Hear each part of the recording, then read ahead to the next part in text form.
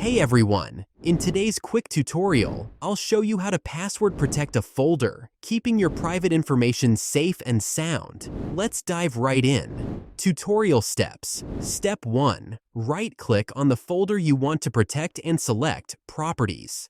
Step 2. In the Properties window, click on the Advanced button. Step 3. Check the box that says Encrypt contents to secure data and click OK. Step 4. Windows will ask if you want to encrypt the folder and its contents. Click Apply and then OK. Step 5. Congratulations! Your folder is now password protected. Tip for accessing protected folder. Remember, to access the contents of the protected folder, you'll need the same user account you used to encrypt it. This ensures only authorized users can access your sensitive information. And that's how easy it is to password protect a folder in Windows 11, adding an extra layer of security to your files. If you found this tutorial helpful, give it a thumbs up, subscribe for more tech tips, and I'll catch you in the next one. Thanks for watching.